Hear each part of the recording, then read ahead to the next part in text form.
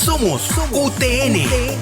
Hola, queridos amigos, queridas amigas. Bienvenidos una vez más a un programa de Sapere Aude, conversando con los grandes escritores. Les recuerdo, como lo hago siempre, que la expresión latina Sapere Aude significa atrévete a pensar, o atrévete a saber, o atrévete a conocer. Es, por lo tanto, un desafío, ¿verdad? Es un desafío, pero muy hermoso, que sin duda vale la pena asumir. Y hoy voy a tener el gran placer, la inmensa alegría de hablar de un escritor que además es mi amigo personal. Lo digo para adornarme, para engalanarme a mí mismo, y me refiero a Alí Víquez, el gran Alí Víquez Jiménez, que nació en Heredia en 1966 y que es uno de los grandes cuentistas, poetas y novelistas que tiene el país al día de hoy. Y sí, es un gran amigo, por supuesto que sí. Tengo un gran cariño por él y una inmensa admiración. De hecho, escribí un estudio extenso, largo, un libro sobre su novela galardonada con el Aquileo Echeverría, El fuego cuando te quema. Ese es el título de la novela, El fuego cuando te quema. Pues yo escribí un texto muy largo comentando esa novela. No tiene ningún sentido leer mi libro si no es a posteriori de la lectura del libro de Alí. Lo he dicho muchas veces e insisto, es absolutamente letra muerta si no se ha antes leído, saboreado y digerido el libro de Alí, puesto que mi opus es una especie de enorme comentario sobre la novela de Alí Víquez. Bueno, nuestro escritor realizó estudios de filología española en la Universidad de Costa Rica. Ahí obtuvo también la maestría en literatura latinoamericana. Es catedrático, sí, de la UCR y de la Universidad Estatal a Distancia, y forma parte de los consejos editoriales de la Revista de Filología, Lingüística y Literatura y de la Revista Nacional de Cultura. Alí Víquez se da a conocer primero como narrador, como cuentista, con textos de carácter fantástico, ¿verdad? Y en los cuales se nota la influencia de la narrativa argentina. Borges, sin duda, en primer lugar, pero también Cortázar. Y por ahí algunas cosas también de Sábato, concretamente del Sábato sobre héroes y tumbas. Pero caramba, estos intertextos, estas referencias, estas influencias, si en efecto las hay, honrarían a cualquiera, porque estamos hablando de maestros de primerísima línea. Posteriormente, Alí empieza a experimentar con la poesía. Así surgen dos libros, Las fases de la luna y Volar hacia todo el invierno, que son textos donde se mezclan la prosa y el verso. En Volar hacia todo el invierno, que lo conozco bien, Alí se aventura con el haiku, con los haikus o con el haiku. Es un haijin, que es como se conoce al que escribe haikus, que es una forma poética peliaguda, si alguna vez la hubo, por cuanto sinóptica, por cuanto absolutamente sintética y minimalista. Recordamos que el haiku son 3 versos. El primero tiene 5 sílabas, el segundo 7 sílabas y el tercero 5 sílabas.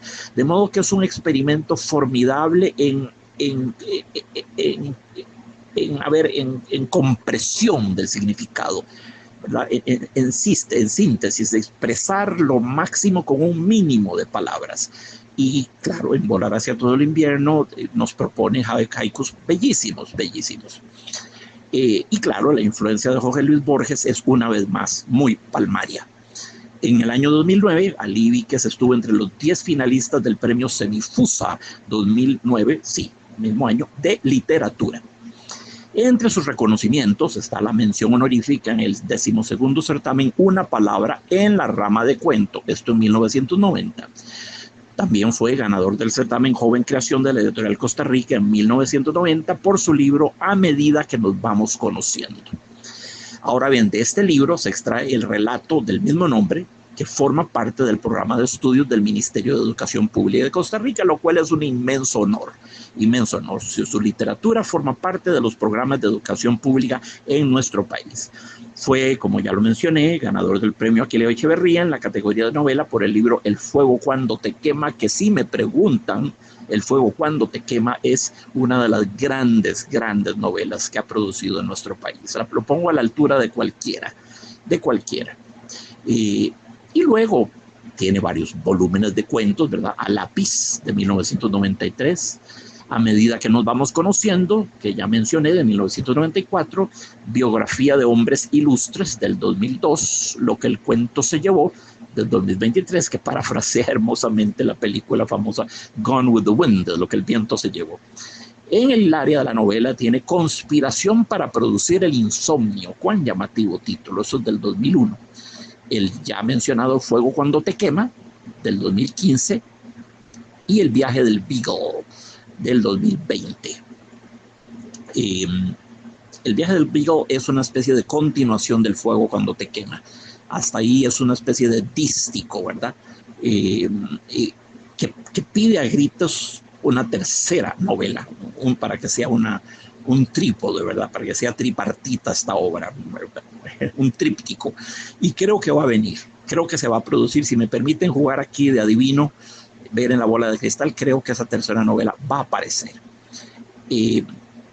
Muy bien, entonces eso es un cuento, pues, lo que taña la novela. Y en poesía tiene Las fases de la luna, que ya mencionamos, del 2004, Volar a exceso del invierno, maravilloso libro ese, maravilloso libro, del 2006, y Confesión de parte, del 2010. Así que estamos hablando de un magnífico escritor, galardonado, distinguido, en fin, tiene todas las epaulettes, ¿verdad? Todas las medallas, todas las condecoraciones del caso, pero más allá de las medallas y de las condecoraciones, que ningún artista serio va a poner eso en el... Eso es parte de la fachada de exportación, digamos, pero eso es parte de la máscara de la persona, como diría Carl Jung, que tenemos que vestir, que tenemos que ponernos para salir a ese terrible campo de batalla que es la vida. Entonces tenemos que vestir nuestros galones y exhibirlos para que la gente nos tome en serio, ¿verdad?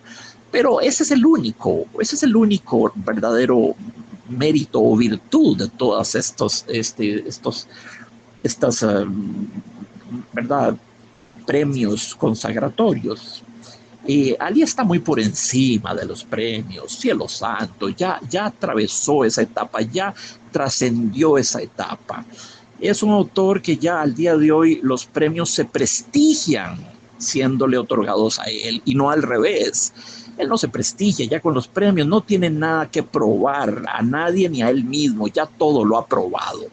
Es un hombre que escribe por el gozo de escribir, y porque, como en todo escritor serio, la escritura es perentoria, es urgente, es una estrategia de vida.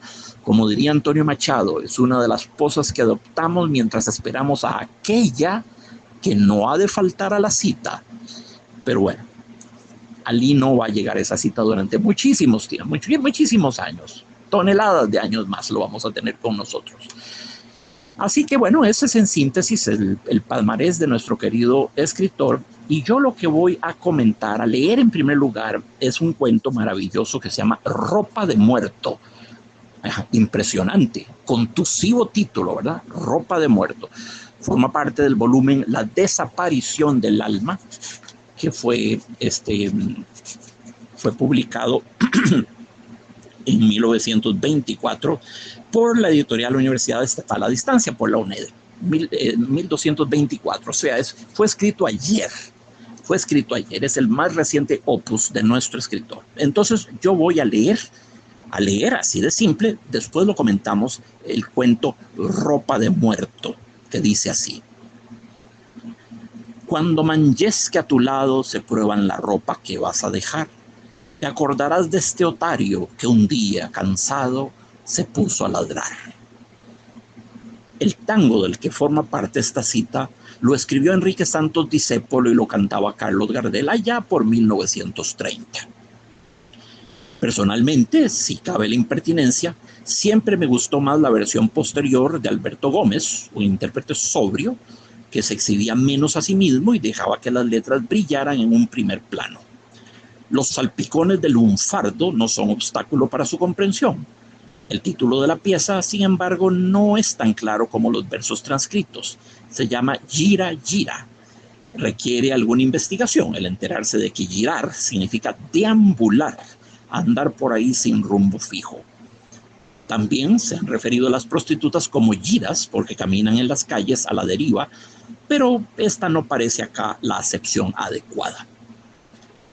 Releo el primer párrafo y parece que preparo una exposición sobre el tango o el lunfardo, o al menos sobre Discépolo, Gardel o Gómez. En realidad solo quería ilustrar una costumbre que ha venido perdiéndose, quizás porque tiene algo de macabra: heredar ropa de los muertos. Alguna gente habrá que se lo toma sin mayor problema, y si le hacemos casos a Discépolo, con frecuencia hubo casos en que el armario de un moribundo se convirtió en botín y los aprovechados sin corazón no disimularon su avidez. Pero por otro lado, hay quienes se encuentran doloroso o al menos incómodo en lidiar con las ropas de un familiar fallecido. De ahí que disponer de esas prendas en ocasiones se haya tornado una necesidad que ofrece u ofrecía una modesta oportunidad comercial. Este fue el negocio de mi tío Salvador, a quien no tuve el gusto de tratar de cerca. Su único hermano, mi padre, emigró a los Estados Unidos en 1928 y con la Gran Depresión del año siguiente se olvidó de nosotros. Mi mamá se casó al poco con mi verdadero papá. La relación con la familia de mi padre biológico siempre fue distante. De manera que, siendo niño, yo pasaba por la tienda de mi tío y no entraba. Debo decir que era un alivio no hacerlo, porque todo el mundo conocía la especialidad de don Salvador: compra y venta de ropa de muerto. No era que tuvieran exclusividad. Nominalmente, al menos lo que se anunciaba en la esquina elegida continuo acertado, diagonal a la funeraria, era toda clase de ropa usada. Pero se sabía que el grueso de lo que allí se compraba y se vendía eran prendas que don Salvador se agenciaba en visitas a familias dolientes, a quienes ofrecía un precio por el lote completo de la persona difunta, de manera que no tuvieran que pasar el trago amargo de entrar en detalles examinando y tasando prenda por prenda en esos momentos tan tristes. Entiendo que mi tío calculaba la cifra tomando en cuenta la posición social del difunto, pero más aún el trato personal que muchas veces había tenido con él, y que era el suyo muy buen ojo para estimar de quién podía adquirir un bonito conjunto de vestidos y a quién era mejor ni siquiera visitar en la vela porque sus harapos no se le iban a vender. Supe de gente ofendida o avergonzada porque mi tío no se presentaba a un funeral para hacer llegar su tarjeta de negocios con una cifra anotada por detrás, la oferta que con mucha discreción él conversaba con la familia. Casi siempre se daba una negociación, un regateo en voz baja, muy amistoso, porque don Salvador no era un estafador que pretendiese despojar con ventaja de valiosas herencias a los deudos. Él ofrecía lo justo y su tienda se mantenía con ganancias que nunca fueron exorbitantes. Incluso en un par de casos, su espíritu caritativo lo llevó a salir con pérdidas, y entiendo que no pocas veces realizó la visita a petición de una familia porque ésta no quería que la gente se diera cuenta de que su difunto en verdad no tenía ni con qué vestirse para caer muerto. Pero le pedía a mi tío que por favor hiciera el teatro de estar allí como si fuese a comprar algo. En los miedos propios de la infancia yo encontraba todo esto espeluznante, pero debo decir que para la mayoría de mis coterráneos adultos no resultaba así. Don Salvador era un miembro perfectamente integrado a la comunidad, a quien la gente trataba como a cualquier otro honrado comerciante. Existía, sin embargo, una especie de chiste propiciado por el hecho de que mi tío poseía una mirada aguda y parsimoniosa, acentuada por sus ojos negros y saltones, bajo cejas muy pobladas.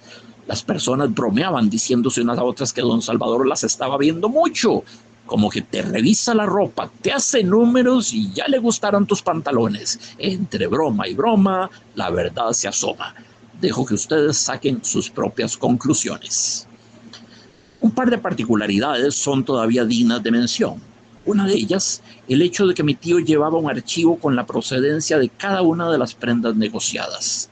Estoy convencido de que eso no solo obedeció a su carácter de comerciante ordenado, que hacía las cuentas con mucha disciplina y anotaba qué ropas había comprado, a qué precio y quién era el difunto al cual pertenecieron. Anotaba también que se las había llevado y muchas veces agregó algunos detalles llamativos, pues lo propio de su carácter observador. Los compradores solían saber, porque era lo común que se preguntaran, o tal vez más bien era la costumbre de mi tío pregonarlo, quién había sido el dueño anterior de la prenda. Aquí tengo una enagua de RJ que a usted le va a quedar muy bien, dicen que decía, con tanta naturalidad que nadie se espantaba si él lo recibía con un ya llegó la persona a la que estaban esperando los zapatos de AF. Desde que los vi, supe que eran de su número. Los usó apenas para que se los dé bien amansaditos. O seguro que DD se murió pensando en que usted se pusiera su ropa. Son iguales, pero uno vivo y el otro muerto. En sus archivos se encontraron curiosidades. Estoy empleando solo iniciales por la discreción que requieren los casos. 1. FR compra zapatos cafés tipo mocasín casi nuevos de HB, muy bien combinados con saco de pana beige de TS y pantalones de GJL, que debe ajustar todavía, dado que este era bastante más ventrudo. Un bonito conjunto que le luce mucho, fui yo quien sugirió el saco de TS para vestir con los pantalones de GJL, los cuales, según me dijo RF, le gustaban desde que se los vio puestos al difunto. 2. Oferta de 2x1 con blusas de doña YC, bastante chillonas e impúdicas, por lo que más valía salir de ellas rápido. Se las lleva todas la señorita PM, quien según es sabido administra un burdel en las afueras, supongo que para que las usen sus muchachas. Doña YC, tan religiosa, nunca anduvo esa ropa en público y que se sepa, nunca tuvo novio ni marido. He ahí un misterio. 3. Devolución de chaqueta al hijo de TG, quien al obtenerla de regreso no esperó a salir de la tienda para despedazarla en busca de una joya perdida y ante el fracaso me acusó de haberla hurtado yo. Lo despedí sin miramientos. ¿Qué culpa tengo de que en su familia haya rateros? Con mi honradez no se juega. Soy yo quien ha devuelto siempre las platas, pocas o abundantes, que se han hallado en prendas. 4. H&M pidió descuento por un chal de CLB que alegaba tenía un mal olor, el cual pude comprobar. Aquí todo se lava recién adquirido. Nunca se sabe si ha habido de por medio alguna enfermedad contagiosa. Pero según cuenta H&M, la señora CLB expelía hedores corporales especialmente fuertes, lo que fue siempre su tormento y tuvo directa relación con el mal que la llevó al panteón. Ella lo sabe por haber sido su sirvienta y cuidadora. Si pretendió el chal es porque lo quería de recuerdo de una muy buena patrona, quien pese a su problema aromático se hacía querer. He optado por regalarle la prenda que en justicia debió legársele en reconocimiento de sus abnegados servicios. 5. Adquiero el mismo traje entero por tercera vez. Perteneció a DZ y me lo compró BPN, quien apenas lo usó antes de su repentina muerte hace 5 años. Se lo llevó luego el recién fallecido PQ, quien sí le sacó provecho, pese a lo cual la prenda de calidad comprobada se encuentra todavía muy bien, en procura de un cuarto propietario. Es cierto que el primer dueño le metieron un balazo, pero fue en la cabeza, de manera que las prendas salieron ilesas. Otro asunto notable. Era don Salvador aficionado al buen vestir él mismo, por lo que muchas veces surtió su propio guardarropa con lo que adquiría para la tienda, y todo mundo pensaba que era uno de los hombres mejor trajeados de por acá, lo cual le sirvió siempre como publicidad. Incluso cuando ya estaba mayor y salía a dar paseos a paso lento, la gente se admiraba de sus primorosas y a menudo audaces combinaciones de colores y diseños, y no faltaba a quien se le comentara, lo cual él con nobleza y humildad replicaba que lo suyo no pasaba de saber servirse de lo primero que obedeció al buen gusto de los muertos. Alguien me dijo, no me consta esta grandilocuencia, que lo oyó citar a Bernardo de Chartres. Somos enanos en hombros de gigantes. Mi tío Salvador falleció hace un par de años, a una edad avanzada, sin dejar hijos propios ni viuda, pues su esposa murió antes de que él, y hasta de ella plateó la ropa y dejó todo previsto para que la suya propia se vendiera en la tienda. Resulté yo el heredero del negocio. Para entonces habían pasado sus mejores tiempos y apenas se sostenía. Por eso, y porque nunca hubo en mi madera de comerciante, liquidé todo a precio de ganga y cerré el lugar. La ropa hoy ha adquirido un carácter más desechable, es de menor calidad, y la mayoría de las veces se donan las prendas de los difuntos a asilos de indigentes sin pensar en obtener dinero con ellas. Amén de que ya casi a nadie le hace gracia conocer que calza los zapatos de algún finado. La gente se ha vuelto quisquillosa, pero tengo para mí que no ha cesado por completo la circulación de la ropa de muerto, solo que, como tantas cosas, ahora se hace de manera velada. mezclándola con prendas simplemente usadas en las tiendas de segunda mano, sin la transparencia con que operaba mi tío y sin hacer de ello una especialidad. Hay un episodio recientemente filmado del Chavo del Ocho en el que don Ramón recibe un traje gigante como herencia de su obeso tío Jacinto. Creo que Chespirito lo escribió para reír sobre la base de una costumbre de antaño que retrata con humor los modestos recursos de los habitantes de la vecindad, apegados por necesidad a lo que hoy es una rareza. Ahora bien, tanto en los tiempos del tango como en los anteriores a este y en los actuales, y seguramente en los que vengan, todo esto es cosa de pobres. Bueno, queridos amigos, ahí tienen el texto de este maravilloso cuento. Cómo lo disfruto, cielo santo. Es una obra maestra del humor negro. Por supuesto que es macabro, es profundamente macabro, es sórdido, hasta aterrador, pero enuncia verdades profundas, muy, muy profundas. Queridos amigos, queridas amigas, todos vivimos de los muertos. Todos vampirizamos y parasitamos a los muertos. Usamos sus apellidos, usamos sus casas. El mismo techo que los cubrió a ellos nos cubre a nosotros. A veces hasta dormimos en la misma cama donde ellos durmieron y quizá murieron. Usamos los armarios y los closets y las gavetas de ellos. Usamos la vajilla de plata o los trastos de Limoges que adquirieron en sus mocedades o en sus bodas o en las ceremonias familiares que celebraron, ¿verdad? Hacemos el amor con sus hijas o con sus hijos o con sus nietos o nietas. Por el amor de Dios, tenemos la biblioteca heredada de los muertos, llenos de libros amarillentos con florcitas secas adentro, o indicadores o marcapáginas. Alguno que otro está el electrodoméstico de modé y completamente obsoleto está en poder de nosotros. De modo que seguimos viviendo de los muertos y nuestra condición es algo, como ya lo dije, parasitaria y algo vampírica. Yo pienso, por ejemplo, mi abuelita, que murió en 1985, era fanática de las telenovelas mexicanas que salían a las 7 y 8 de la noche. Entonces siempre se sentaba a ver las telenovelas y nadie la desplazaba de ese lugar, ¿verdad? Ella era la dueña de la sala y dueña del televisor. Era imposible desplazarla de las novelas de Delia Fiallo, dirigidas por Valentín Pimstein, en la novela Palmolive, así se llamaba. Pues yo muchas veces fui al cementerio a dejar flores a la tumba de mi abuelita. Repito, murió en el 85 y nunca sentí que ella estuviera ahí. Sentí, peor que soledad, sentí ausencia, porque la ausencia es peor que la soledad. Toda ausencia presupone soledad, pero no toda soledad presupone ausencia. La ausencia es el síndrome de la silla vacía, del lugar en la mesa desocupado, ¿verdad? De la casa abandonada, la ausencia. Nunca sentí la presencia de ella en el cementerio a tal punto que dejé de ir, pronto dejé de ir y de llevarle las florcitas. Pero llegué a casa, queridos amigos, y vi el sofá en el que ella se arrellanaba a ver con religiosa puntualidad sus telenovelas, y adivinen qué, y me conmovió hondamente. En el ponemanos, en el ponebrazos del sofá, ¿verdad? Había en la tela, estaba desgastado el punto donde ella apoyaba los codos. Estaba la traza, la huella erosionada de sus coditos. Sus coditos habían erosionado la tela, que estaba como más blanca y casi desnuda, casi a cuero vivo, ¿verdad? Y me dije, caramba, este sillón habla más de mi abuela, la representa más, me la trae más vívidamente a la memoria que la tumba fría, inexpresiva, rectangular, lapidaria, ¿verdad?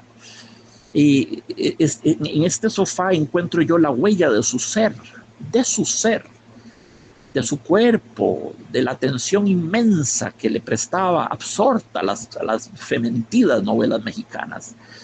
Entonces, bueno, así fue encontrando también otros rastros de ella en la casa, huellas que quedan, ¿verdad? Trazas que quedan. Entonces, claro, Ropa de Muerto elabora este tema.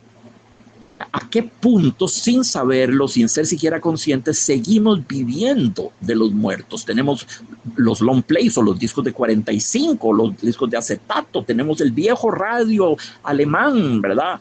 De tubos, tenemos montones de cosas, montones de cosas. Una lámpara, un viejo florero, un tocador, un boudoir, ¿verdad? Todas esas cosas siguen con nosotros, ¿verdad? Recuerdo la canción de Cricri, abre el armario abuelita, ¿verdad? Abre tu armario abuelita, una canción de Francisco Gabilondo Soler, Cricri, el grillito cantor. Entonces, bueno, el cuento de Ali, por supuesto, tiene eso, tiene ese elemento. Freud lo hubiera llamado un Heimliche. Un Heimliche es lo que estaba reprimido y no debería haber salido nunca a la superficie, o que cuando sale violentamente nos aterroriza.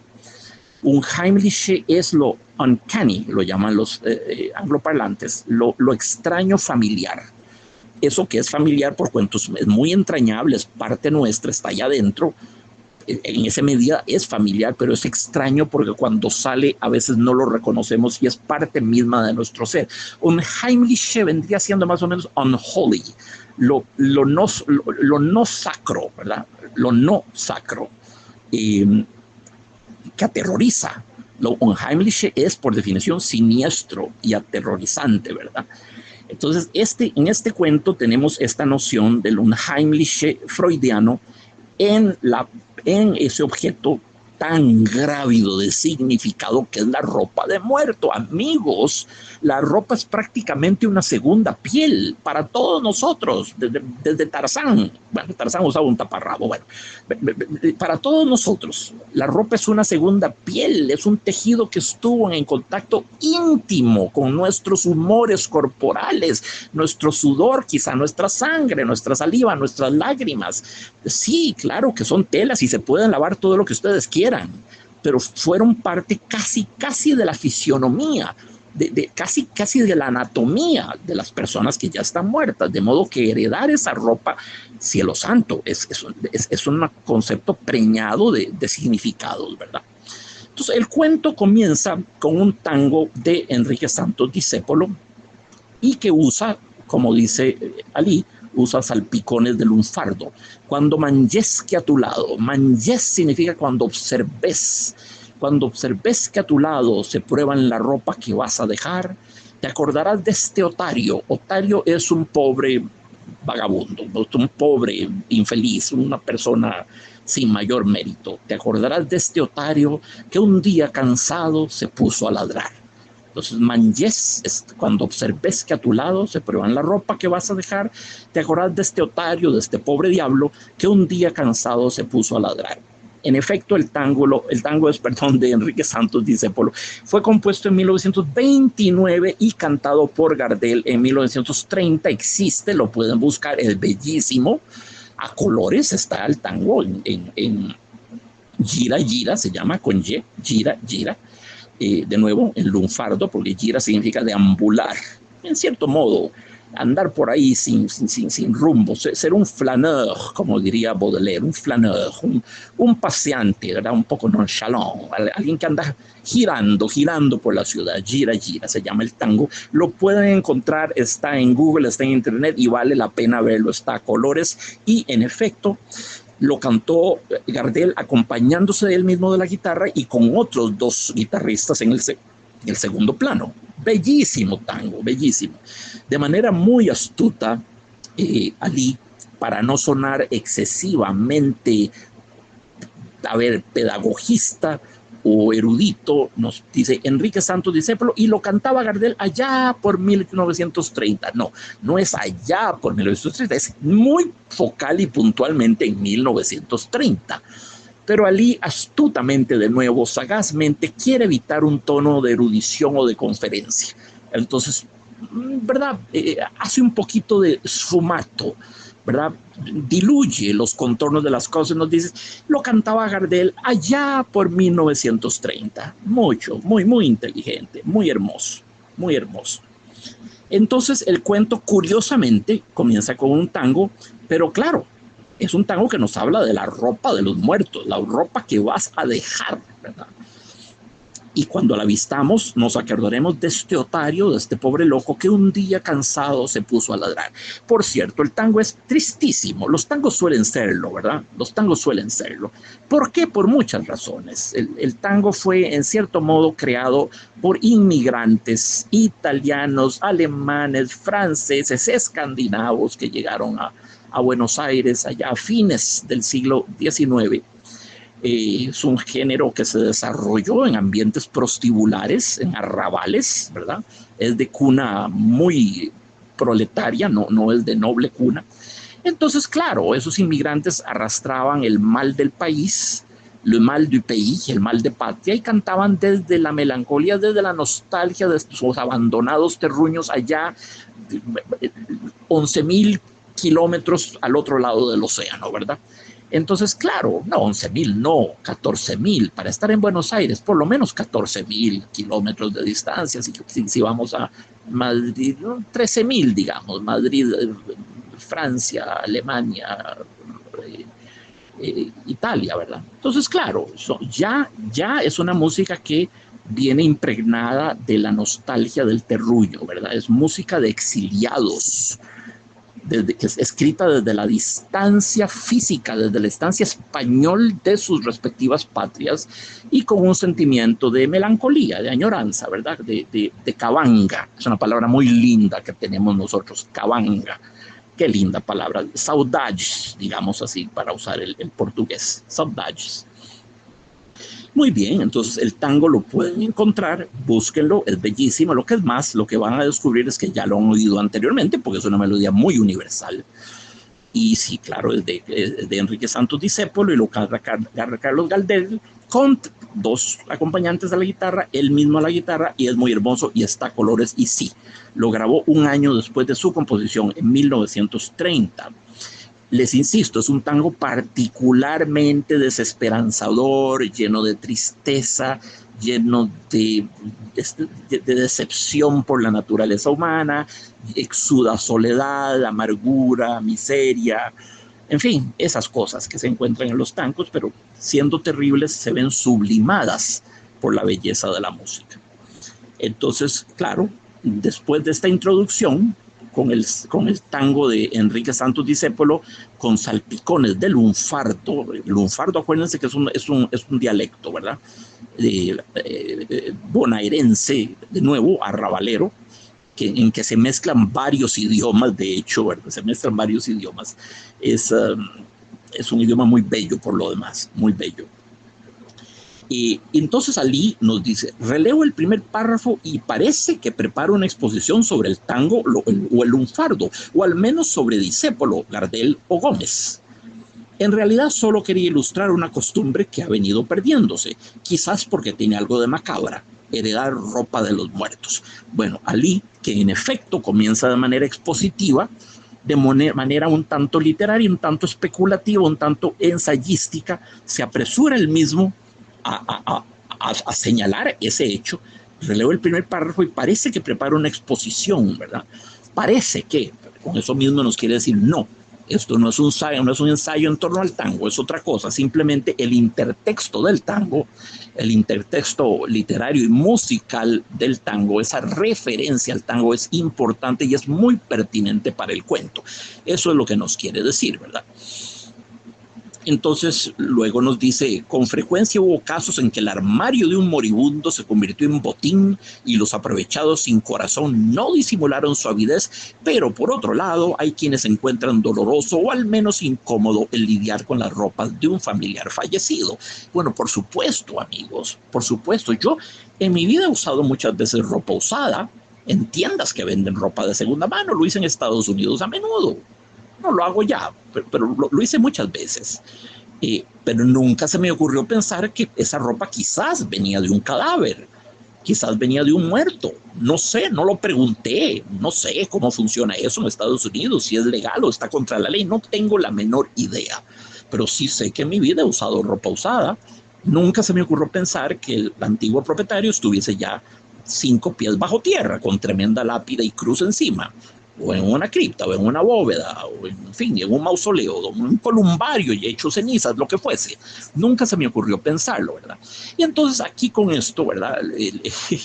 La ropa que se convierte en botín, los que usan la ropa, los que se precipitan sobre la ropa del difunto, nos hacen el efecto un poco de hienas o de buitres, ¿verdad? De feroces, de codiciosos animales carroñeros que viven a expensa del muerto. Luego nos dice que el único hermano de don Salvador, que era el comerciante de ropa de muertos, que era el padre del escritor, que habla en primera persona, ese, su único hermano, mi padre, emigró a los Estados Unidos en 1928 y con la Gran Depresión del año siguiente, la caída de Wall Street, la tremenda recesión, la quiebra de Wall Street, 1929, marcó al mundo.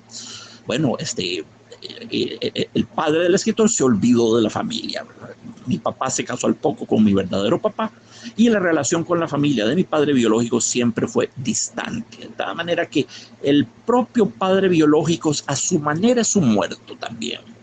Es un muerto en vida, digámoslo así, o es un muerto viviente, es una especie de zombie, de personaje limítrofe, crepuscular entre la vida y la muerte. Y luego nos pasamos a hablar del negociazo que se tiene el tío don Salvador, ¿verdad?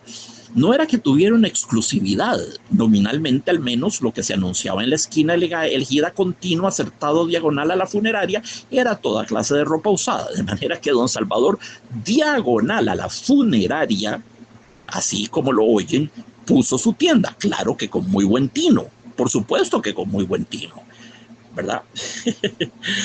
Y nos dice Ali que había todo tipo de ropa usada, pero caramba, no, la tienda era famosa por su ropa de muerto, no puramente por ropa usada, sino específicamente, muy concretamente, por la ropa de los muertos. Nos dice después, supe de gente ofendida o avergonzada porque mi tío no se presentaba a un funeral para hacer llegar su tarjeta de negocios con una cifra anotada por detrás. La oferta que con mucha discreción él conversaba con la familia. Entonces don Salvador tenía clase. A ver, dentro de su vampírica profesión, don Salvador tenía clase. No mandaba una tarjeta de negocios con un detalle, una cuenta desmenuzada, medias, tamaño tal, camisa, qué sé yo, si calzoncillos también, es capaz una bata, una pijama, sacos, zapatos sin duda, pantalones, todo tipo de cosas, ¿verdad? Pero no se limitaba a mandar la tarjeta de negocios, sino que organizaba una conversacioncita discreta, elegante con la familia. Más adelante nos dice, todo esto está lleno de humor negro y un gran humor en este cuento. No es para todos los estómagos, pero ciertamente para el mío lo es. Incluso en un par de casos, su espíritu caritativo lo llevó a salir con pérdidas y entiendo que no pocas veces realizó la visita a petición de una familia, porque ésta no quería que la gente se diera cuenta de que su difunto en verdad no tenía ni con qué vestirse para caer muerto. Pero le pedí a mi tío que por favor hiciera el teatro de estar allí como si fuese a comprar algo. De modo que el esnobismo de la gente, ¿verdad? El muerto no tenía ni ropa con qué caer muerto, literalmente, valga la redundancia. La persona no tenía plata con qué caer, ropa para caer muerta, porque recordemos una cosa terrible de observar, pero es la verdad. Un velorio en una funeraria, ataúd abierto, con el ventanuco abierto, es casi un desfile de galas, ¿verdad? Es un desfile de modas, por el amor de Dios, el desfile más macabro que se ha visto. Después del desfile de modas eclesiásticas de la película Roma de Fellini, que es un segmento, una secuencia de las más espectaculares que ha hecho el cine, ¿verdad? Espectacular, macabra, terrible, ¿verdad? Entonces, por supuesto, las familias, la familia del occiso, del difunto, igual recibía a don Salvador y don Salvador llegaba ahí y pretendía estar regateando, negociando con ellos para que la familia no quedara en la vergüenza de tener que aceptar que el pobrecito muerto ni siquiera tuvo ropa decente con la cual morirse. De nuevo, a un funeral hay que ir bien, como se decía antes, bien chaineadito, bien trajeadito. Lo maquillan a uno, le llenan los cachetitos con algodón, le pegan los párpados y la boca con un pegamento de zapato, lo maquillan maquillan, le ponen un poquito de rubor en las mejillas para que no quede tan consumido por la muerte. Es una cosa terrible. La cosmética funeraria es una cosa terrible, espantosa, macabra. Nadie debería ser velado a ataúd abierto con la ventanilla, ¿verdad? Nadie debería de hacerlo, por principio, por respeto por el muerto, por respeto por los deudos, por respeto por lo esencial humano, por el amor de Dios. Lo he vivido muchas veces, lo he visto muchas veces y siempre me parece execrable. Luego nos dice Ali: existía, sin embargo, una especie de chiste propiciado por el hecho de que mi tío poseía una mirada aguda y parsimoniosa, acentuada por sus ojos negros y algo saltones bajo cejas muy pobladas. Las personas bromeaban diciéndose unas a otras que don Salvador las estaba viendo mucho, como que te revisa la ropa, ¿verdad? Te hace números, ya le gustaron tus pantalones. Entre broma y broma la verdad se asoma. Dejo que ustedes saquen sus propias conclusiones. Y sí, Ali, por supuesto que las sacamos. Sí, el viejo Salvador ya se había convertido en un ave de mal agüero, en un omen, en un oráculo terrible. Cuando ya estaba midiendo a alguien y lo veía fijamente y medía los pantalones, valoraba el tipo de tela, el tipo de corte, el sastre. Cuando ya estaba viéndolo a unos, porque ya intuía la muerte cercana, ya olía la muerte de nuevo, como una hiena o un buitre. Entonces era alarmante y era aterrador que aquel viejo con los ojos saltones bajo guarniciones de cejas negras muy pobladas, era terrible que ese viejo lo estuviera viendo uno más de la cuenta. Era como que olfataba la muerte o atraía la muerte, ¿verdad? Y luego las cosas que decía, espeluznante las cosas que decía. Seguro que Dede se murió pensando en que usted se pusiera su ropa, son iguales, pero uno vivo y el otro muerto.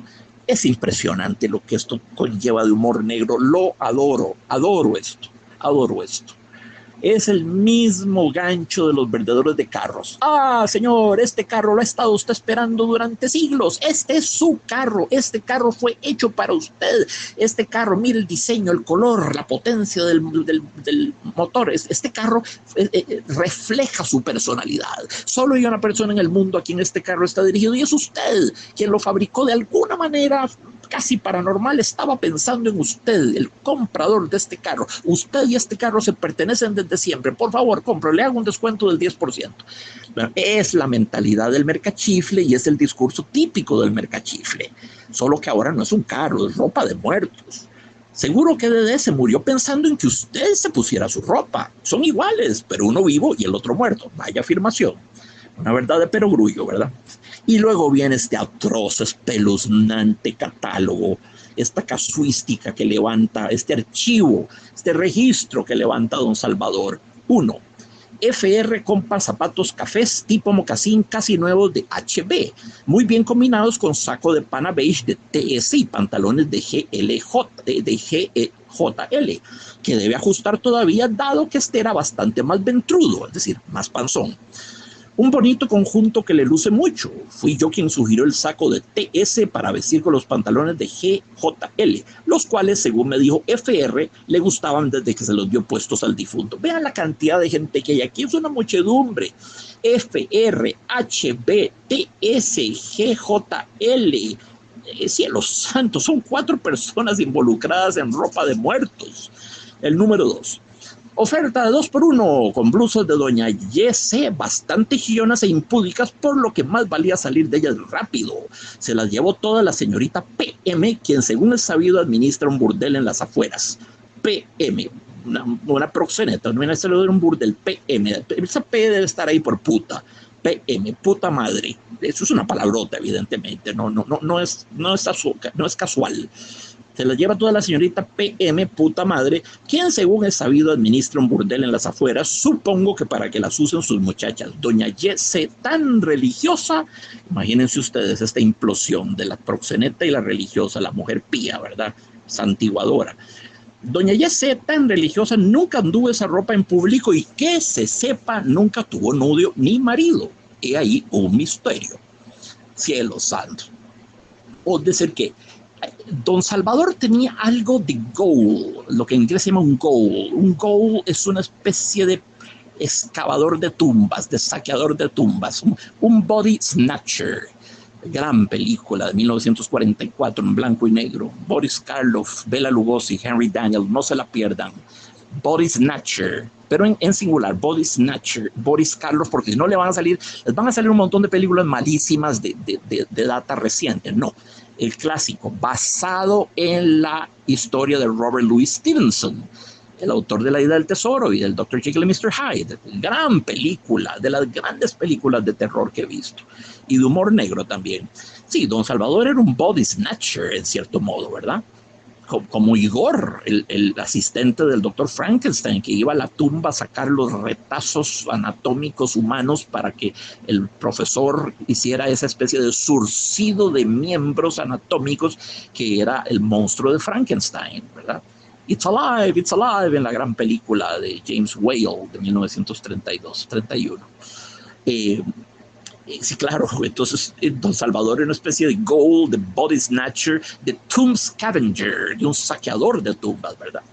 Y el número 3 de su archivo, devolución de chaqueta al hijo de TG, quien al obtenerla de regreso no esperó a salir de la tienda para despedazarla en busca de una joya perdida, y ante el fracaso me acusó de haberla hurtado yo. Lo despedí sin miramientos. ¿Qué culpa tengo yo de que en su familia rateros? Con mi honradez no se juega. Soy yo quien ha devuelto siempre las platas, pocas o abundantes, que se han hallado en prenda. Ay, cielo santo, con mi honradez no se juega, nos dice con pomposa dignidad Don Salvador. Pero amigos, ¿cuánta honradez puede haber en una profesión que consiste en saquear cadáveres y robarles su ropa? Esta orgullosa, altivo manifiesto con mi honradez no se juega. Es decir, que era un saqueador de tumbas honesto. Cabe hablar, no saquea tumbas propiamente dicho, pero casi, come on, casi que lo hace. Me hace gracia esto, de un humor exquisito. Con mi honradez no se juega, así, ¿cómo no? Luego, cuarta artículo del archivo. H&M pidió descuento por un chal de CLB que alegaba tenía un mal olor, el cual pude comprobar. Resulta que además el chaleco estaba impregnado de los humores fétidos del cuerpo del muerto, hedores corporales especialmente fuertes, nos informa Lee, lo que siempre fue tormento y tuvo directa relación con el mal que la llevó al panteón. Entonces, ay Dios santo, el chal de la pestilente CLB fue a parar a H&M, que por supuesto estuvo completamente mortificada porque la ropa venía impregnada de manera imborrable de los humores corporales de la difunta. Vean el nivel de sordidez que hay en este cuento, pero lo adoro por eso. Quinto nota en el archivo de Don Salvador. Ya para empezar, es bastante peculiar que un vendedor de esta naturaleza conserve un archivo tan puntilloso, tan fáctico, tan detallado. Ya ese mismo hecho revela una especie de, ¿cómo la definiría yo? Una especie de enferma racionalidad administrativa dentro de la patología, dentro de la muerte, dentro de la enfermedad, dentro de la necrofilia, dentro de la tanatofilia, y estamos hablando de cosas profundamente irracionales dentro de ese mundo del pantano, ¿verdad? Oscuro y terrible y demencial. Don Salvador era capaz de una extraordinaria minucia. Es curioso, ¿verdad? Es como un foco de racionalidad extrema dentro de la locura. Dentro, pues, no estaba loco. Dentro de lo sórdido, dentro de lo tétrico, de lo macabro, ¿verdad? Es como alguien que construyera un edificio maravilloso, el Empire State Building, más de 300 metros de alto, sobre un pantano, ¿verdad? La estructura es maravillosa, es portentosa, es una obra maestra de la ingeniería, de la arquitectura, todo lo que ustedes quieran. Está muy racionalmente, muy estructuralmente construida, ¿verdad? Con acatamiento de todos los principios de la física, etcétera, etcétera, etcétera. Pero resulta que ese enorme y portentoso edificio racional que comparo al archivo de Don Salvador está aposentado sobre una arena movediza, sobre un pantano, sobre una marisma, sobre miasmias. Es terrible, el contraste es terrible entre la racionalidad y el mundo larval, oscuro, terrible, sobre el que construye su archivo. Y el quinto, cielo santos, el peor de todos, quinta anotación. Dice así: Adquiero el mismo traje entero por tercera vez. Perteneció a DZ y me lo compró VPN, quien apenas lo usó antes de su repentina muerte hace 5 años. Se lo llevó luego el recién fallecido PQ, quien se le sacó provecho, pese a lo cual la prenda de calidad muy comprobada se encuentra todavía muy bien en procura de un cuarto propietario. Es cierto que al primer dueño le metieron un balazo, pero fue en la cabeza, de manera que las prendas salieron ilesas. Bueno, tal vez salieron ilesas, pero sin duda salpicadas de sangre o ensopadas en sangre. Un balazo en el cráneo sangra mucho, por el amor de Dios. Es impresionante. Este cuento decía haberlo escrito yo. Entonces resulta que un traje entero perteneció a DS, a DZ, muere DZ, pasa a manos de VPN, muere VPN, pasa a manos de PQ, muere PQ, que le sacó partido al traje, y ahora va al cuarto propietario.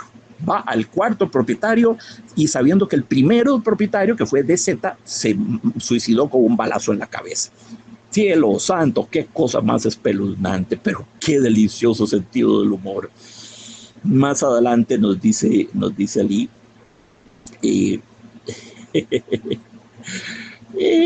dice, otro asunto notable era don Salvador aficionado al buen vestir él mismo. Cielo santo, era un dandy, por lo que muchas veces surtió su propio guardarropa con lo que adquiría para la tienda, y todo el mundo pensaba que era uno de los hombres mejor trajeados de por acá, lo cual le sirvió siempre como publicidad.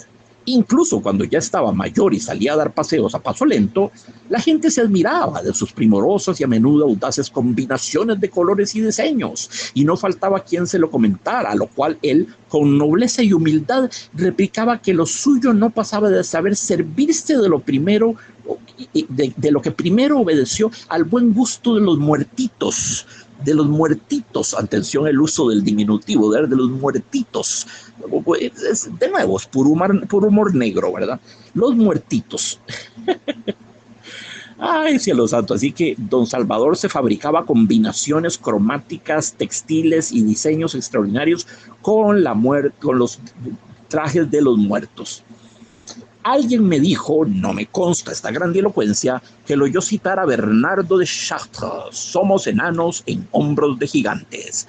Bernardo de Chartres era un distinguido filósofo de la línea neoplatónica, de los que siguieron a Platón, era un gran erudito, también era un gran administrador, él vivió en el siglo XII, de modo que estamos hablando de un personaje ancestral, legendario, ¿verdad?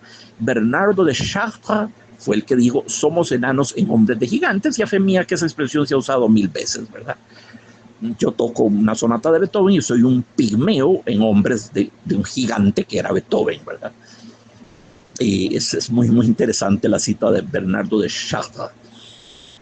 Bueno, pues don Salvador muere a una edad avanzada, y nos decía, sin dejar hijos propios ni viuda, pues su esposa murió antes que él y hasta de ella plateó la ropa de la esposa, no la guardó de recuerdo, quizás mejor, posiblemente se hubiera conducido a un cierto fetichismo, a una cierta patología, ¿verdad?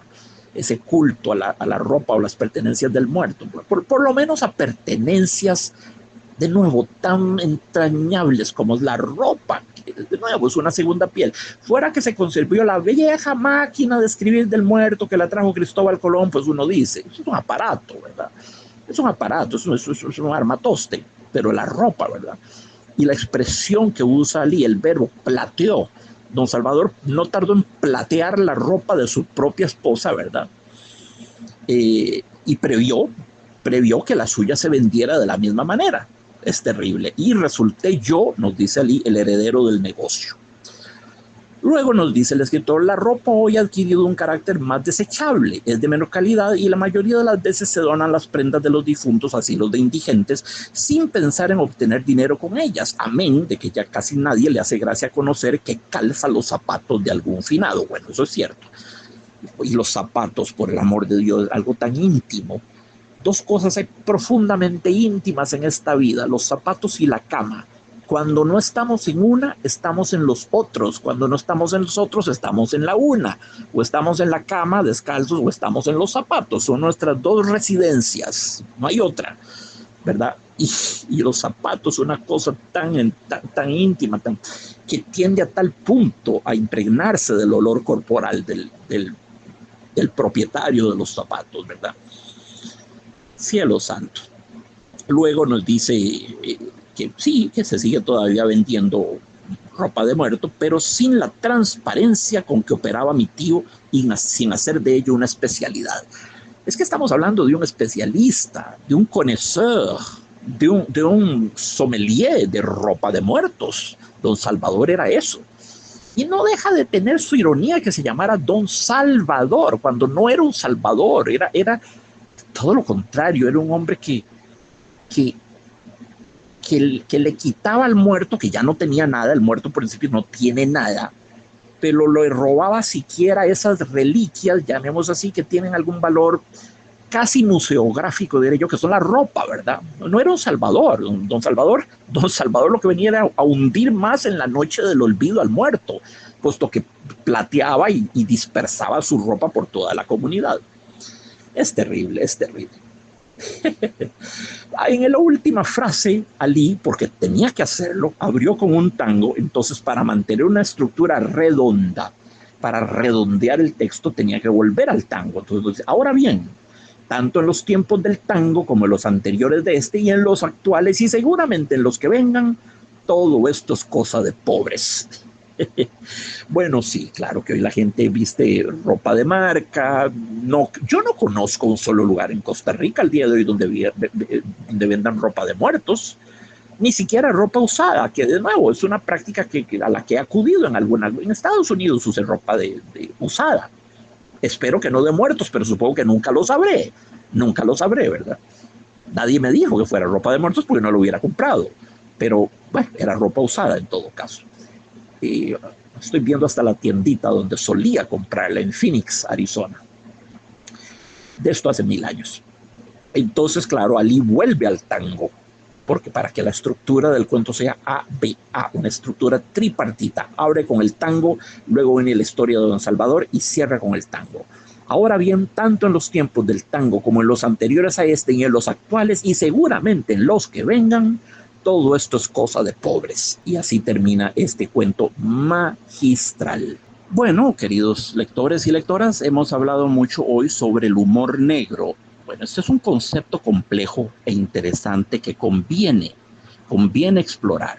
El humor negro es por mucho el más transgresivo y potencialmente ofensivo de los humores. Con frecuencia se murmura de labios a oídos para que el entorno no lo escuche. Pero la reacción de risa explosiva del receptor traiciona la horripilancia de lo que le acaba de ser referido.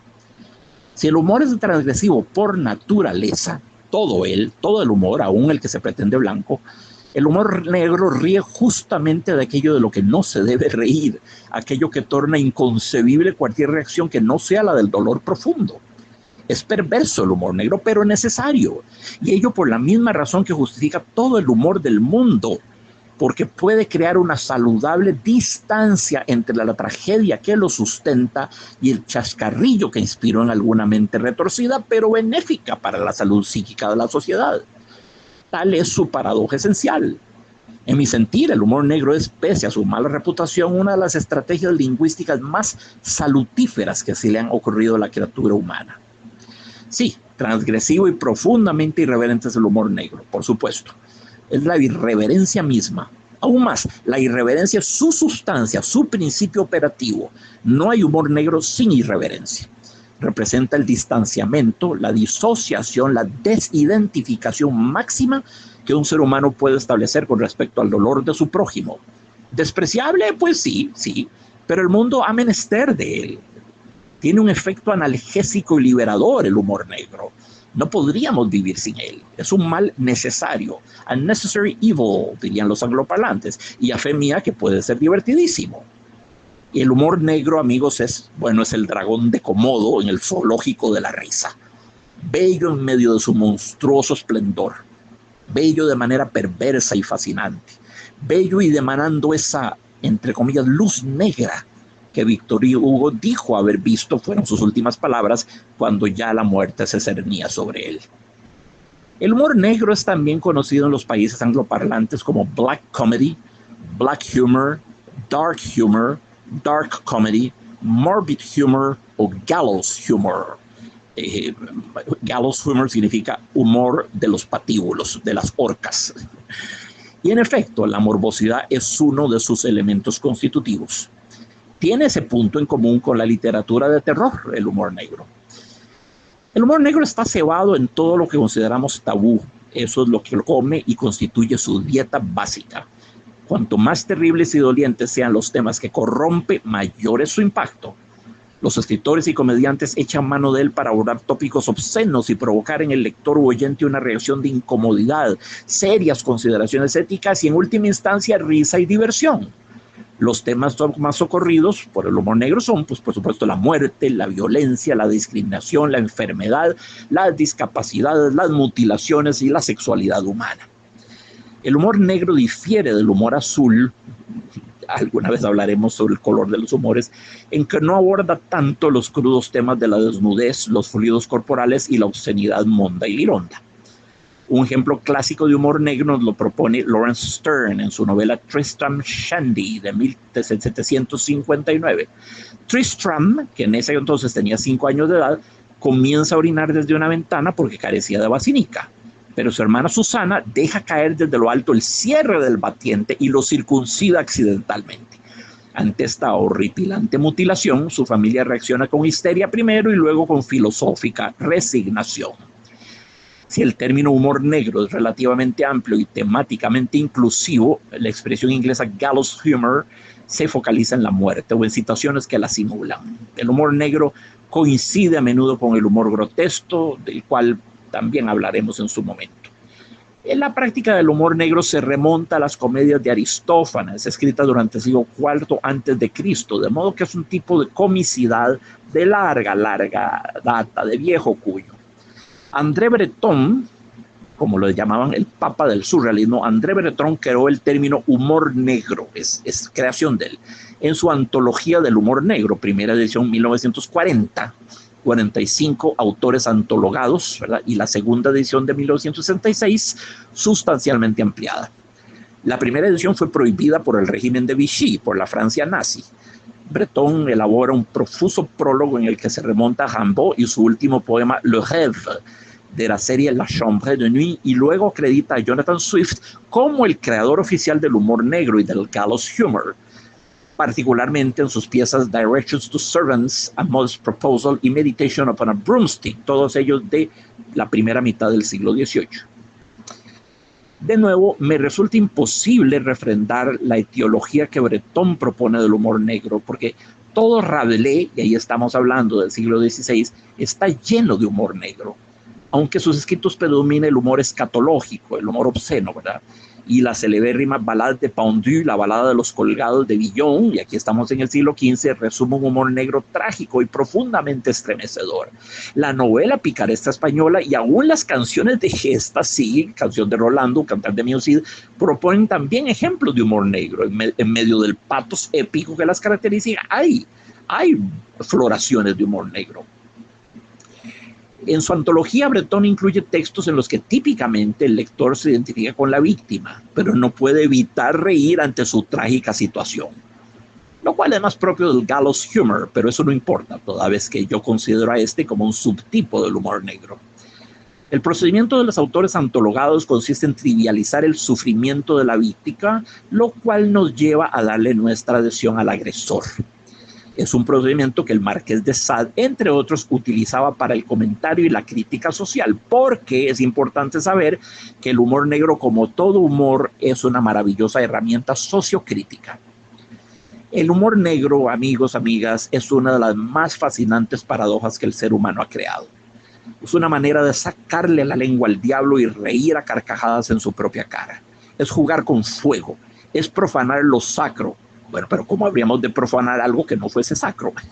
El concepto de profanación presupone lo sacro.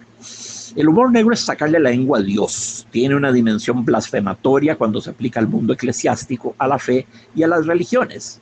Fue lo que generó la masacre de Charlie Hebdo, perpetrada el 7 de enero de 2015 por dos psicópatas, dos abyectos asesinos, que procedieron con la certeza de que al morir en su cruzada, entre comillas, irían a morir en el jardín de Alá por toda la eternidad. Pero están muertos y tengo la certeza de que si algún jardín han habitado es el que abonaron con sus pútridos despojos mortales. En Francia, la ley contra la blasfemia fue cayendo en desuetud, fue cayendo fuera de los cánones paulatinamente, ¿verdad? Entre 1789, año de la Revolución Francesa, y 1830. Y surgió la libertad de blasfemia. Como toda libertad es fundamental, y creo profundamente en ella. Los seres humanos tienen el derecho de blasfemar y es parte del sagrado derecho de la libertad de expresión. La secularización de Francia trajo una gran libertad de expresión, en efecto, ¿verdad? Un derecho humano que urge proteger, puesto que le ha costado al mundo océanos de sangre. Creo profundamente en el derecho a la blasfemia. Es la manifestación de una convicción como cualquier otra. Y la gente hace mal en susceptibilizarse excesivamente ante el humor inspirado por la fe y la religión. Francia incorporó la división definitiva entre Estado e Iglesia en la Constitución de 1945. Decía, queridos amigos, que la separación de Estado y de Iglesia ha acarreado la vigorización, la mayor salud de las propias iglesias y de la propia religión. Pero bueno, el humor negro, como ya dije, era ya cultivado en las grandes tradiciones literarias de la Grecia clásica. Del dios y primer gran médico ateniense Asclepio se dice que su hijo atendió a una mujer que quería librarse de una tenia, el parásito conocido como solitaria. Asclepio le separó a la señora la cabeza del cuello y con la mano fue a buscar la lombriz en su estómago. La encontró y la sacó, pero luego no pudo volver a enroscar la cabeza sobre el tronco de la infortunada, así que tuvo que entregarla en 2 tractos a sus parientes, quien tras castrar al imprudente mozalbete consiguieron volver a unir ambos segmentos anatómicos. Esta historia está escrita en una lápida ateniense e ilustra un temprano y mitológico caso de humor negro, negrísimo a fe mía, amén de macabro, grotesco y casi surrealista avant la lettre. De inmediato paso a citar un poema de Baudelaire tomado de Les Fleurs du Mal, en que el humor negro y el humor herético se dan la mano. Es un acoplamiento muy frecuente en la literatura y en el cine, y vale la pena preguntarse por qué. Y no voy a leer el poema en francés, es bellísimo, pero lo voy a leer en español para que todos lo comprendamos. Y de nuevo, como un modelo de humor negro. El poema se llama El vino del asesino. Mi mujer está muerta, soy libre. Puedo, pues, beber hasta el hartazgo. Cuando regresaba sin un sueldo, sus gritos me desgarraban los nervios. Tanto como un rey soy dichoso. El aire es puro, el cielo admirable. Teníamos un verano semejante cuando me enamoré. La horrible sed que me desgarra tendría necesidad para saciarse de tanto vino como puede contener su tumba. Lo que no es poco decir, porque la eché al fondo de un pozo y hasta he arrojado sobre ella todas las piedras del brocal. Lo olvidaría si pudiera. En nombre de los juramentos de ternura de los que nadie nos puede desligar y para reconciliarnos como en los buenos tiempos de nuestra embriaguez, le imploré a ella una cita por la noche en un camino oscuro. Y ella acudió. Loca criatura. Pero todos estamos más o menos locos. Estaba todavía bonita, si bien muy cansada, y yo la quería mucho. Y aquí porque le dije, sal de esta existencia. Nadie puede comprenderme. Uno solo entre estos borrachos estúpidos pensó jamás en sus noches morbosas hacer del vino una mortaja. Esta crápula invulnerable como las máquinas de hierro jamás ni en verano ni en invierno ha conocido el amor verdadero. Con sus negros encantos, su cortejo infernal de clamores, sus frascos de veneno, sus lágrimas, su estrépito de cadenas y de osamentas. Heme aquí, libre y solitario. Estaré esta noche borracho perdido, entonces sin miedo y sin remordimiento me echaré en el suelo y dormiré como un perro. El carretón de pesadas ruedas cargado de piedras y de barro, el vagón desenfrenado puede quizás aplastar mi cabeza culpable o cortarme por la mitad. Yo me río, tanto como de Dios, del diablo o de la Santa Mesa. Este poema, impactante, es uno de los más oscuros de Las Flores del Mal, es un monumento al humor negro. debe ser leído y oído con el tono de voz y las inflexiones supralingüísticas típicas de un borracho perdido. La dicción entrabada, el ritmo arrastrado, la voz enronquecida por el aguardiente. El humor negro asoma su cabeza de gorgona desde la tercera estrofa. La horrible sed que me desgarra tendría necesidad para saciarse de tanto vino como puede contener su tumba, lo que no es poco decir. La he echado al fondo de un pozo y hasta he arrojado sobre ella todas las piedras del brocal. Ah, lo olvidaría si pudiera. La manera en que Baudelaire prepara la noticia de la insólita inhumación es simplemente deliciosa, lo que no es poco decir. La he echado al fondo de un pozo, ¿verdad? La expresión no es poco decir es obviamente sarcástica, es una especie de litotes irónica, es decir, un understatement que nos permite sospechar, no nos permite sospechar siquiera la magnitud de la locura del borracho. En la litotes, recuerden esta figura literaria, en la litotes se atenúa irónicamente la gravedad de un hecho, pero dando a entender más de lo que se dice. Les pongo otro ejemplo de litotes de Antonio Machado. Sobre la muerte, señores, hemos de hablar poco. Sois demasiado jóvenes. Sin embargo, no estará de más que comencéis a reparar en ella como fenómeno frecuente y al parecer natural, y que recitéis de memoria el inmortal hexámetro de Homero, hoy perfilon genetae de Caiandrón. Es evidente que la muerte es muchísimo más que un fenómeno frecuente y al parecer natural, entre comillas. Como decía, la eficacia irónica de la litotes radica en la atenuación de una verdad terrorífica o sobrecogedora. Nuestra gran poeta Anaïs Tarou se sirve igualmente de la litotes irónica al titular uno de sus poemarios La muerte y otros efímeros agravios, de 1989. Bueno, por supuesto que la muerte es mucho más que un efímero agravio, de modo que el título es irónico. Es una litotes, atenuación del sentido dramático de una frase. Volvemos al poema de Baudelaire, el borracho que asesinó a su esposa. Nos dice, y ella vino, loca criatura. Todos estamos más o menos locos, nos dice el borracho. Bueno, otro efecto de litotes del más negro sabor. Por supuesto que sí, que todos estamos más o menos locos es un hecho fácilmente verificable. Y además un locus communis lingüístico, es un lugar común. Pero cielo santo, amigos, amigas, eso no significa que todos asesinemos a nuestras esposas, las recemos al fondo de un pozo y las lapidemos con todos los ladrillos del brocal. Me hace tanta gracia esto, ¿verdad? Porque todos estamos un poco locos. Sí, sí, señor Baudelaire, pero no a ese punto, no a ese punto. Es llamativo el hecho de que exactamente idéntica expresión es puesta en boca de Norman Bates, interpretado por Anthony Perkins, en su diálogo en la oficina de su hotel cuando habla con Marion Crane, la actriz Janet Leigh, en la obra maestra de Hitchcock Psicosis, de 1960. Entonces Perkins le dice a Janet Leigh, "We'll go a little mad sometimes." A veces todos nos ponemos un poquito locos. De nuevo, seguramente es Mr. Bates, pero no como para asesinar a la madre con su amante y luego rellenar de paja, ¿verdad? Embalsamar el cadáver y ponerlo acostado en la cama y atenderlo todos los días durante 20 años. No. Cuando Norman dice, "We all go a little mad sometimes", Norman sonríe. No hay malicia en sus palabras, pero a cualquier espectador le resulta evidente que su locura va infinitamente más allá de esos transitorios desvaríos que todos atravesamos de vez en cuando.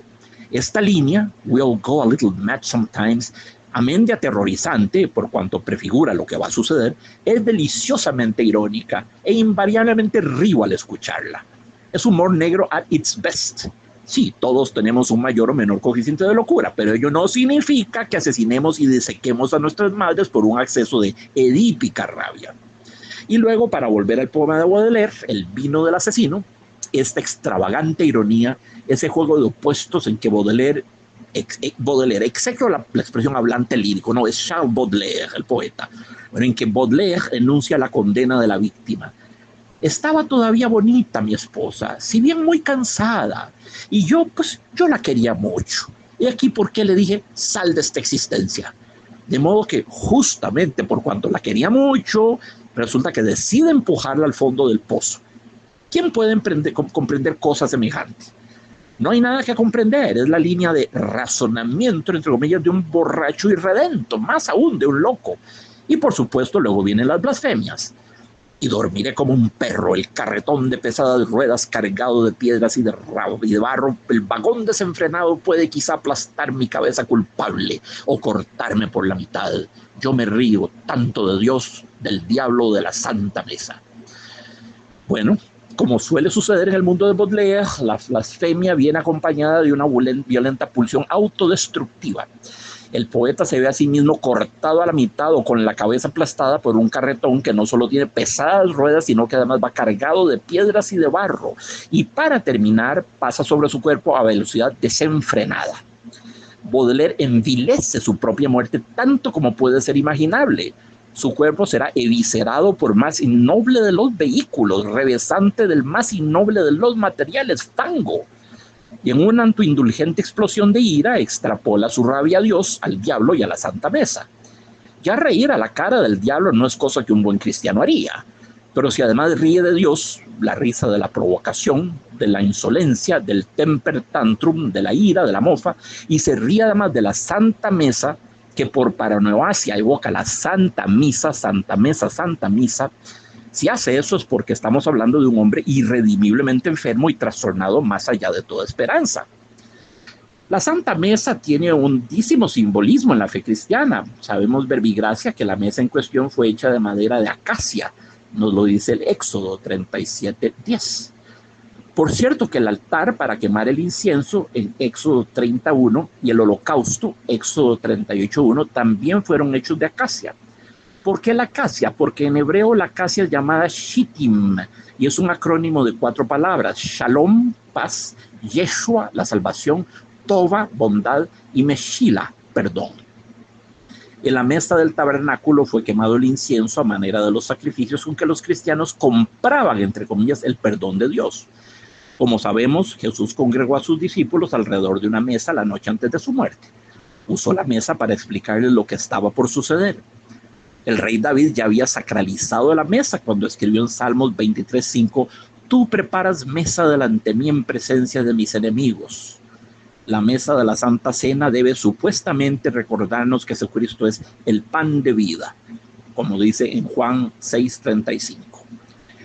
De hecho, la ritual reunión en torno a la mesa para cenar, ceremonia de la que Buñuel se burla en El discreto encanto de la burguesía y que parodia horrorosamente en Viridiana, toda esa ceremonia es una solemnidad de familia y de sociedad universalmente observada, ¿verdad? Reunirse en torno a la cena. En su sentido místico, la mesa no es solo usada para la ingesta de la comida física, sino de la espiritual. Cuando Jesucristo dice, Marcos 14:25, en verdad os digo, no beberé más del fruto de la vida hasta el día en que lo beba de nuevo en el reino de Dios.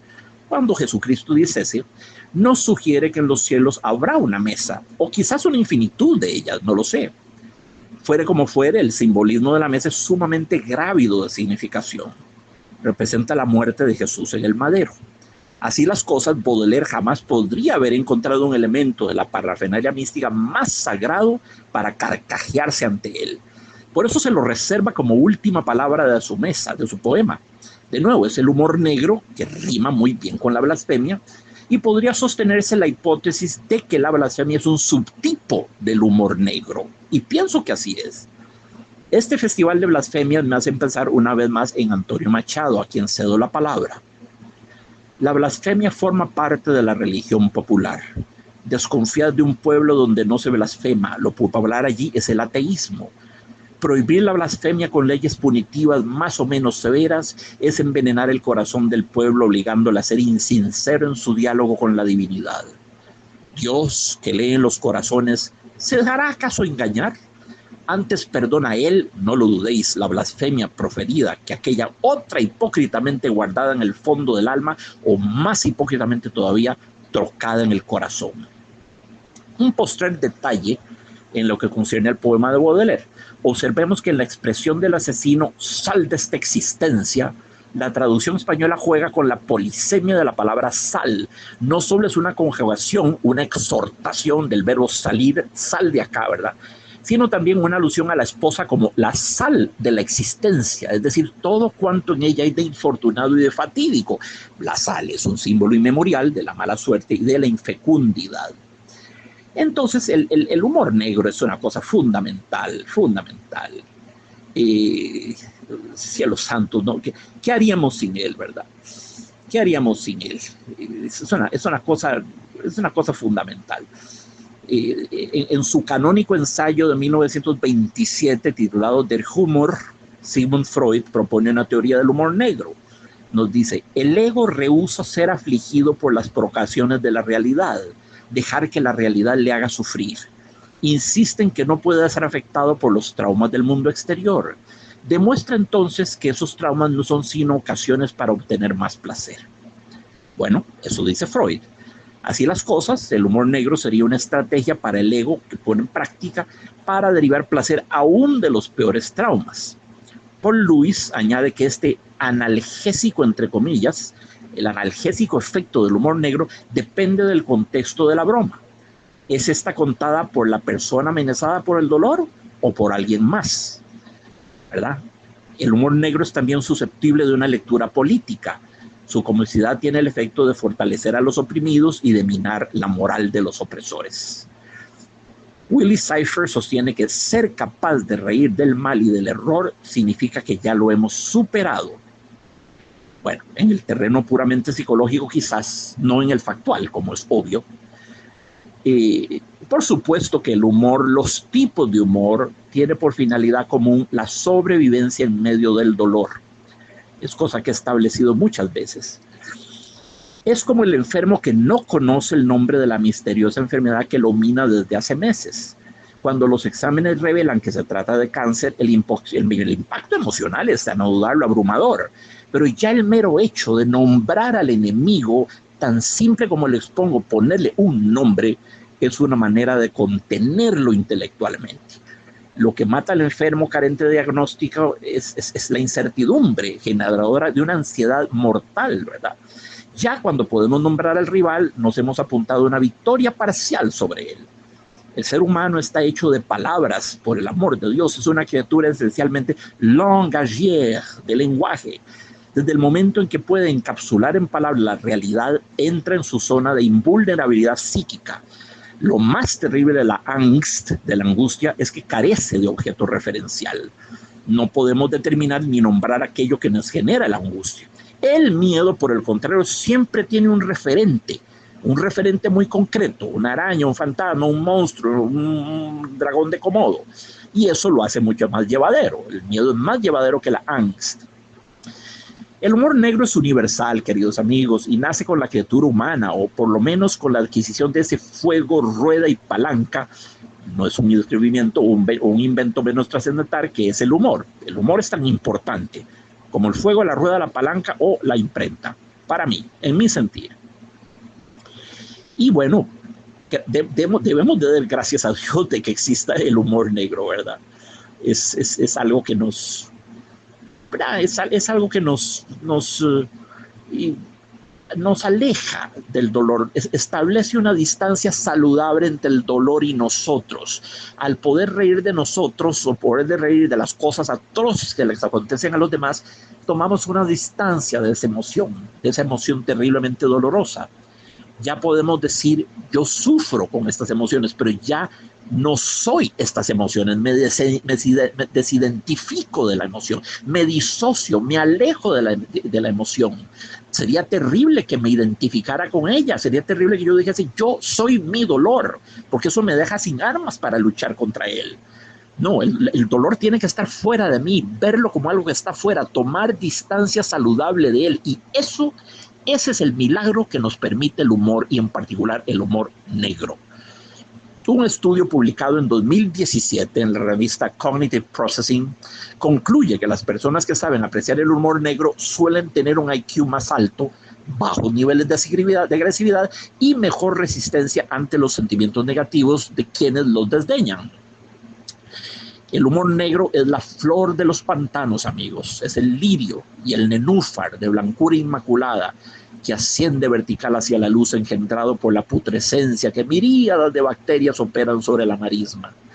En el más exacto sentido de la expresión, el humor negro es una fleur du mal, una flor del mal. ¿verdad? Sí, el lirio, el nenúfar inmaculado asciende vertical hacia la luz, sin embargo, procedente de la putrescencia, de la descomposición del pantano. Debemos dar gracias a Dios o al demonio, poco importa, por la existencia del humor negro. Hace la vida más llevadera, aliviana las más pesadas experiencias de la existencia, opera la vieja magia inherente a todo humor. Ya lo dije, interponer distancia, lo que siempre será saludable, entre nosotros y el dolor. Aún la muerte respeta el humor negro y quizás hasta secretamente ría con él. Desconfío instintivamente de la gente psicorrígida, puritana, pacata, simplona, que corre a persignarse cada vez que oye un chiste negro. Son personas de nalgas apretadas, seres anales retentivos, los hubiera llamado Sigmund Freud, seres carentes de la inteligencia y la elasticidad neuronal para degustar este plato, el humor negro, que sí es acre, pero también misteriosamente seductor y rico en nutrientes. El humor negro es el rey de los humores, porque es aquel que triunfa aún sobre las más opresivas realidades inherentes a la condición humana. Nadie escapa a la exquisita irreverencia del humor negro. Cabalga a lomos de la muerte, a lomos de la enfermedad, a lomos de la locura, del suplicio, la horca, la guillotina, la silla eléctrica, el paredón, los fusiles, la pérdida de los seres queridos, la guerra, la violencia, la melancolía, todo eso que Baruch Spinoza llamaba pasiones tristes. Todo eso es el humor negro. El humor negro frecuentemente se confunde con el humor grotesco, el humor escatológico y el humor herético. Su riqueza conceptual es enorme, como lo es también su poliédrica configuración. El humor negro es como un poliedro, tiene montones de caras. Es una de las mejores cosas que se le han ocurrido a la criatura humana, el humor negro, y una estupenda estrategia de sobrevivencia, además. Desde el punto de vista psicológico, moral y emotivo, el humor negro es el tipo de humor más complejo y fecundo en ramificaciones insospechadas. Es el champán y el caviar del humor. Interpelará únicamente a los intelectos sofisticados y las sensibilidades exquisitas. Su negrura es sublime. El humor negro es un auténtico alquimista. Toma la basofia de la vida y la transforma en oro humorístico. Transfigura la realidad. Para hablar en términos propios de la alquimia, toma el nigredo, el caos, la tiniebla, la punefracción, la masa confusa, y lo transforma en albedo y luego en rubedo, es decir, en oro. Nos torna psíquicamente invulnerables a todos los embates del dolor. Es prodigioso. Y el humor negro lo encontramos en tiras cómicas, en todos los géneros imaginables. Hay poesía, que toda ella, como el vino del asesino que leímos de Baudelaire, que está basada en el principio del humor negro. El cuento de Ali Víquez que venimos de estudiar, de su volumen La desaparición del alma, ¿verdad? Ropa de muerto, repito, es una obra maestra del humor negro. Por eso lo quise compartir con ustedes. Es un cuento que ríe de aquellas cosas de las que por principio nadie ríe. Las muertes, los funerales, las funerarias, la ropa de los muertos, la inhumación, el cadáver en el fondo del ataúd. Bueno, justamente hay que aprender a reír de lo que nadie ríe. Justamente ese es el nombre de nuestra misión. Ese es el nombre del ejercicio que conviene practicar en la medida en que sea posible. Reír de eso que por principio nadie ríe. Bueno, es que no debe haber nada de lo que nadie ría. De todo es posible, en todos los más amargos trances de la vida es posible encontrar un filón, una cantera, por chiquita que sea, a lo sumo tal vez un rayo de oro, y sacarlo y rescatarlo y reír de él. Lo digo como una especie de gimnasia, de higiene de la vida, ¿verdad? Es una especie de calistenia de la vida, de calistenia del espíritu, aprender a reír de lo negro, aprender a reír de la enfermedad, de la muerte, de las peores cosas. Recuerdo una vez un caso muy típico de humor negro, estaba hablándole a una amiga y le decía, mira, yo soy...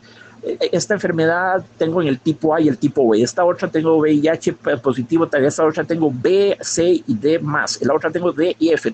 Como podés ver, amiga, soy un hombre de letras, le dije. Se me ocurrió decirle y se murió de risa la muchacha. Bueno, eso es humor negro, estoy riendo de mí mismo y de mis incontables afecciones. Alguien podría decir que hay irreverencia, que mal gusto. Bueno, es que no importa. No importa, el buen o mal gusto, esa es una noción de diletantes, de aficionadillos, de amateurs.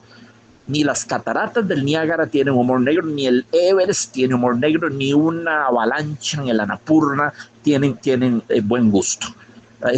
Las grandes cosas de la vida no son de buen gusto. Un tsunami, un terremoto 9.5, cielo santo, la cordillera de los Andes, esas cosas no, están por encima de los criterios de buen y de mal gusto. Ese es un criterio específicamente pequeño burgués, cursi y falaz. Beethoven no siempre es de buen gusto, no siempre, ni Wagner lo es, ni Tchaikovsky, por cierto, ni Liszt ni Berlioz. Son demasiado grandes, demasiado monumentales, demasiado titánicos como para ser de buen gusto. De buen gusto puede ser un florerito que tenga en la mesa de mi cuarto, pero el arte no es un florero, no es un adorno, lo he dicho 1000 veces. El arte puede darse el gusto de ser de mal gusto porque está por encima de las categorías del buen o del mal gusto. Una música que lo estremece a uno de los pies a la cabeza, que lo deja uno trémulo, frío, ¿verdad? Pasmado, eso no es de buen gusto, no. Es sublime, que es otra cosa. Lo sublime no es ni de buen ni de mal gusto, está por encima de esas categorías. Las cataratas del Iguazú, las cataratas del Zambeze, Victoria, no son fenómenos de buen gusto, son demasiado grandes para ser de buen gusto. Sin embargo, son de una potencia estética, ¿verdad? Que lo arrolladora, ¿verdad? Y lo mismo digo de este maravilloso cuento, ¿verdad? Ropa de muerto, del volumen La desaparición del alma de Ali Víquez, publicado el año pasado en la editorial de la UNED. Amigos, qué enorme alegría me ha dado hablar del cuento de mi querido amigo y de mi admirado colega Ali Víquez, gran pluma, gran escritor, gran ser humano, gran espíritu y agudísima inteligencia. Agudísima inteligencia. Ha sido un placer enorme estar con ustedes, queridos amigos, queridas amigas, y nos vemos muy pronto en otro programa de Sapere Aude, conversando con los grandes escritores.